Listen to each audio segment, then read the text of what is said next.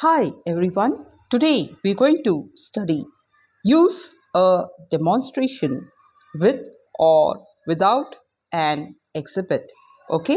Use a demonstration with or without an exhibit. Let us understand what it means. Okay?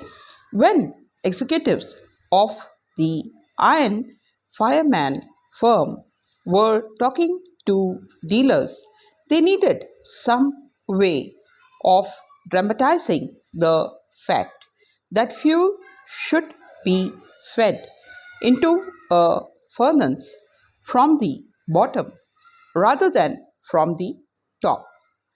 So they hit on this simple but striking demonstration.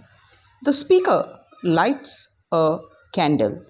Then he says, "See how clearly the flame burns, how tall it is, since virtually all the fuel is being converted into heat. It gives off practically no smoke.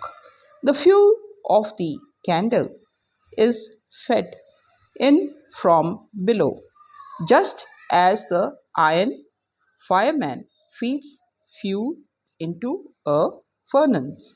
Suppose that this candle was fueled from above, as hand stoked furnaces are. Here the speaker turns the candle upside down. Notice how the flame dies down. Smell the smoke.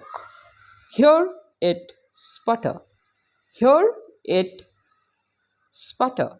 See how red the flame is because of incomplete combustion.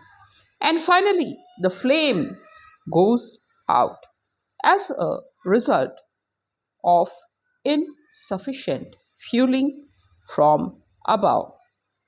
Some years ago, Henry Morton Robinson wrote an interesting article on how lawyers win cases. A very interesting point, isn't it? How lawyers win cases for your life magazine. For your life magazine. In it, he describes how a lawyer named Abe Hummer is credited with a telling dramatic demonstration of showmanship while representing while he's representing an insurance company in a damage suit. The plaintiff, Mr. Postlethwaite, stated that as a result of falling down an elevator shaft, his shoulder had been so severely injured that he was unable to him raise his right arm. Hummer appeared to be gravely concerned how Mr. Post, Postlethwaite, he said confidently, "Show the jury how high you can raise your arm." Okay? Gingerly. Yes, we see over here. Gingerly. Postlethwaite brought his arm up to his ear level. Okay? And now show us how high you could raise it before you were injured, urged Hummer. "As high as this," and said the plaintiff, shooting his arm at full length over his head. And you may draw your own conclusion regarding the reaction of the jury of this demonstration. Isn't it wonderful? In the longer talk to secure action, you might make 3, or at most 4 points. They could be uttered in less than a minute. To recite them to an audience would be dull and boring. What makes these points come alive? It is the support material you use. This is what gives this is what gives sparkle and interest to your talk. By the use of incidents, comparison, and demonstration, you make your main idea clear and vivid, isn't it? Yes, by the use of statistics and testimony, you substantiate substantiate the truth and emphasize the importance of your main points. Yes. Now, the fourth point is appeal for action.